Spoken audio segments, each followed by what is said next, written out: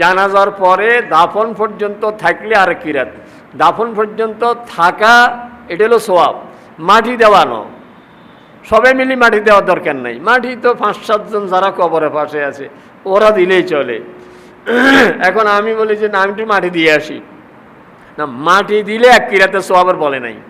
মাটি দেওয়া শেষ হওয়া পর্যন্ত আমি ওই জায়গায় দাঁড়ায় থাকবো। তাইলে যারা আত্মীয়জন মাটি দেওয়া শেষ হইলে উঠি দেখলে যে অমুক আছে, তাদের একটু বুক ভরা থাকবে, মনে একটু সাহস থাকবে, ভালো লাগবে।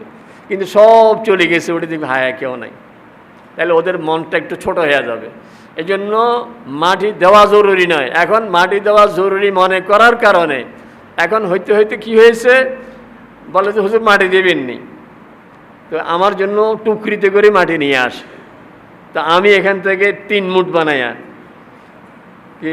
কি বলি, মিনা খালাক না কুম 1 মুঠ, অফিয়া নুইদুকুম আরেক মুঠ,